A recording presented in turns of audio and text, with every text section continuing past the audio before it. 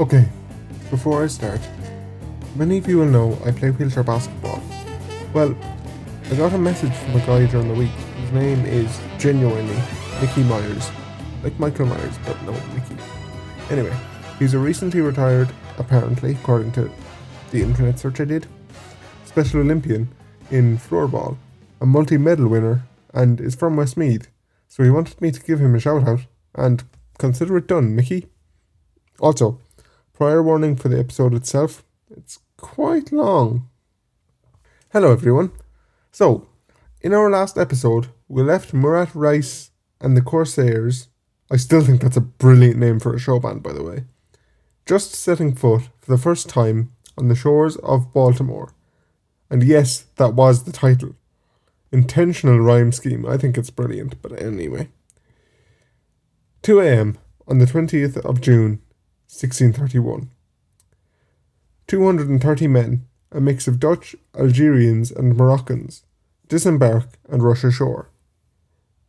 Let's for a minute talk about them in greater detail, because it's not every day a force of 230 men can come ashore as a raiding party so suddenly, unseen and so effective.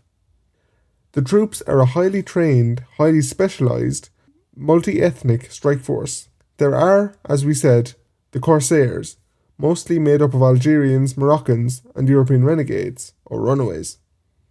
Just like Mr. Rice himself, who was also a European renegade, whose name was Jan Zoon, if you don't remember, and who was Dutch originally.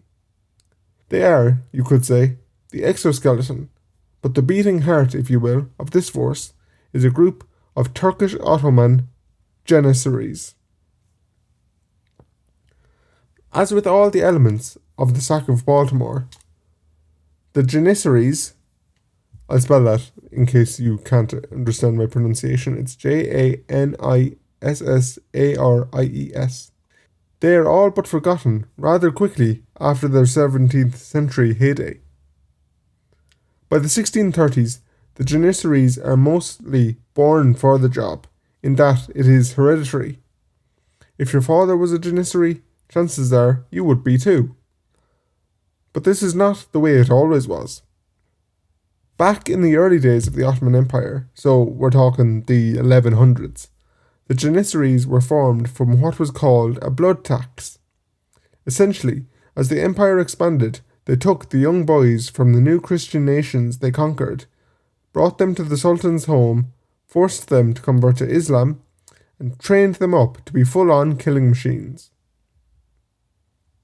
Regardless of their origins, the Janissaries always are highly skilled, highly physical fighting forces, for whom nothing and no one was going to get in the way.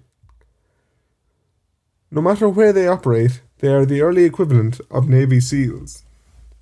But now, the 230-odd men try to get to shore hundreds of miles away from where they're used to, armed to the teeth, to use a catchphrase.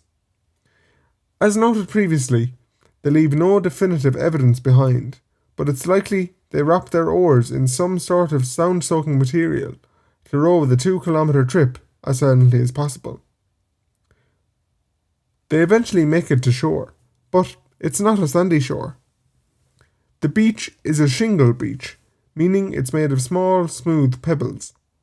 The problem is, stones rubbing off each other make a lot more noise than grains of sand, and, as noted in previous episodes in this series, one small sound could destroy the element of surprise, ending the raid before it begins.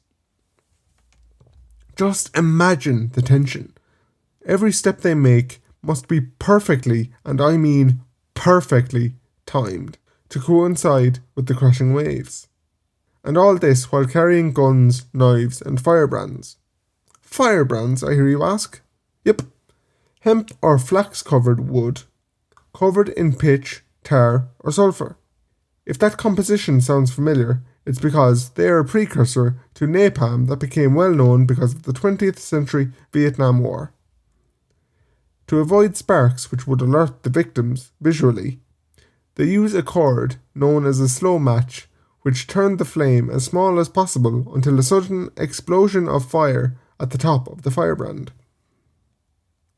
To match this sudden visual overload, the The Janissaries are trained to explode vocally on command and rush towards the encampment, in this case, Baltimore, County Cork. The raiders use their heavy iron bars to literally smash the relatively flimsy wooden doors. Go again and put yourself in the shoes of a Baltimore resident. It's 2 a.m, you are asleep until you aren't. All of a sudden, the door can be heard splintering. The room, because generally houses were pretty much single-room houses, is filled with unnatural light. And fearsome men with metal bars and weapons are shouting angrily at you in what sounds like gibberish. At this exact same moment, as you regain your voice and scream, you hear screams from literally all other houses in the area, as the exact same fate befalls every single family simultaneously. Before you can get your thoughts together, you realise these torches are not just for lighting. Oh no. As soon as they step inside, these strange men thrust their sulphur-smelling firebrands upwards, and within seconds the thatch of your roof, along with every other roof in the village, is aflame. There's no way that the 17th century equivalent of a flashbang grenade and attack could give you enough time to process what's going on, and fight or flight just kicks in. Also, remember, this is summer, so the thatched roof is like a tinderbox. Let's have a poetry break, shall we? From Thomas Davis's poem, The Sack of Baltimore. A stifled gasp, a dreamy noise, the room is in a flame, from out their beds and to their doors. And later, the gleaming sabres fall, and over each bearded face, the white and crimson shawl. But who are the captives? As we talked about in previous episodes, Baltimore lives and dies by its pilchard fishery. Given the Janissaries have only just stepped onto the beach, it won't surprise you to know that the first settlement they meet is indeed those who either catch or process the fish. In short, the community is young, working-class English immigrants, mostly young men and women, and their children. And there's a lot of children. The majority of those who will, spoiler alert, end up being transported to North Africa are young mothers, children, and infants, and young men. In a matter of minutes, the raiders take around 100 people from the first line of shoreline houses. Now, the Janissaries are trained to not kill the captives, as this would be a loss in potential slave trade money. However, sometimes the resistance is seen as too much. John Davis and Thomas Curlew are killed at the cove for essentially putting up too much of a resistance. Just think about that. Murat Rice versus a few sleepy fishermen could end in a complete massacre if the raiders simply want a no prisoner taken clear out. However, as mentioned, there is something in Baltimore that is more precious to Murat and his men than gold or silver. People. Algiers, modern-day Algeria, runs on one system and one system only: slaves. The modernity of the city is widely noted to rival and surpass many cities in Europe, and this is simply due to the massive, and I mean hugely lucrative, trade that the city has built itself on: slaves. Young men are valued for labouring, construction, and of course the galleys, which, for those who don't know, means rowing the ships. Women, and even female children, are prized even further, since they either are excellent domestic servants or can provide children in the harems. I'm not sure how to pronounce that word, it's Harems. Of the more upper class men in Algerine society. So, to kill the people you attack would be both cruel and stupid from a business point of view. All the fear tactics are perfectly engineered to minimise physical resistance and injury, to maximise physical health for the slave markets. However, much wants more, and Reese at this point turns his eye toward the upper part of Baltimore, further away from the beach. Most importantly, the residents here are wealthier. That, in Murat's mind, serves two purposes. Firstly, wealthier people means bigger opportunities for a bigger ransom. Also, the wealthier the people, the healthier the people. Or at least, the more likely they are to be healthy. This automatically means a higher potential price at the slave markets of Algiers. But Rees doesn't just charge headlong with no regard for anything. No, he takes 60 musketeers and tells them to camp out on the rocky narrow track between the cove and the town, essentially setting an ambush at a choke point.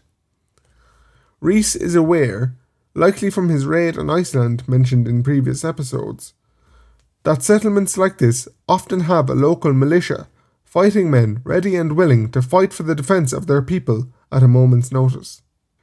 The ambush force is put in place to stop the possibility of reinforcements arriving. Even though the guns in the 1630s take a long time to set up, having 60 men allows for a revolving wall of gunfire, so to speak. Having secured the perimeter, he brings the remainder to attack the town. He also brings with him an old friend of the series, John Hackett, the Dungarvan fisherman, if you forgot. Then it's literally a rinse and repeat of the tactics they used on the lower settlement with the upper one, with one main difference. The more wealthy residents have all been awoken by the kerfuffle on the shore, so are, in a way, ready and waiting for the arrival of the men up the hill. The advantage that the men once had is now gone. Enter into this story possibly the smartest, bravest man I've ever heard of, William Harris. As soon as Harris wakes up, he quickly but calmly goes to the window, sees the destruction, and sees that the attackers are Turks. He knows that he cannot run, he cannot hide, but he can bluff. Mr. Harris happens to be one of the people in what we'll call Upper Baltimore that has a gun. Almost without thinking, he grabs the musket, loads it, and fires random shots in quick succession out into the night sky. Instantly, any still sleeping neighbours are awake, and, more importantly, Murat and his men know for certain they've been spotted. And that's not all. A drum, a military drum, begins beating a steady warlike beat. Now, in the 21st century, no one's exactly sure who beat this drum, and it may even have been Harris himself. But one thing's for certain, it scares the life out of Murat Reis and his band of 230 or so corsairs and janissaries. Drums in the 1630s are used in place of human voices on the battlefield. There's beats for everything from charge to retreat, so we can only assume that the beat told Rees and his men that they'd been rumbled. In the darkness, Rees couldn't be sure whether or not the drum beat was genuine or not. He also couldn't know the precise terrain. His choice was call the bluff and potentially lose the lives of 230 compatriots and himself, or retreat. And that's not a risk he was willing to take. So Murat Reis orders the quick retreat to the boats. Because of one musket and one drum, the entire upper, more affluent part of the town of Baltimore is left almost completely unscathed from what will become known in time as the Sack of Baltimore. The ambush force is collected, they get back in their boats, assess their loot, literally people, and the damage to their forces, and then, shortly after, with dawn approaching, they lift anchor and start the more than 1,000-mile journey back to the city of Algiers. Of course, they leave much of Baltimore, or at least the lower part, a smoking ruin. Houses strewn across deserted streets, charred thatch everywhere, and the smell of pilchard replaced by the acrid smell of burning from those rudimentary torches the invaders held. In a single word, annihilation. You may wonder what happened to the people on their way to North Africa, and what happened once they had gotten back to Algiers, and, well, find out next week. Thanks for listening. Like this if you can. Tell me what you did and didn't like. Follow me on Instagram at Liam Blake Podcaster, and, most importantly, tell everyone to listen to the History and Heritage Podcast. Bye!